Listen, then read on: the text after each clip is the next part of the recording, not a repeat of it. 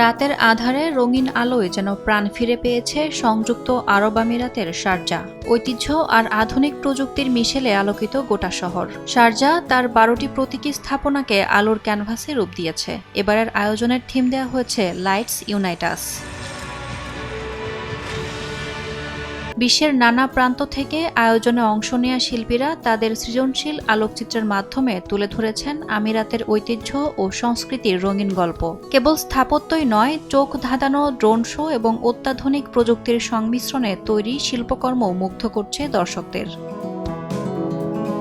এবছর ৭৫টি প্রতিষ্ঠান তাদের নতুন নতুন প্রযুক্তি উপস্থাপন করছে এই উৎসবে, যা বিশ্বব্যাপী আলোর শিল্পে নতুন মাত্রা যোগ করেছে বলে জানিয়েছেন আয়োজকরা।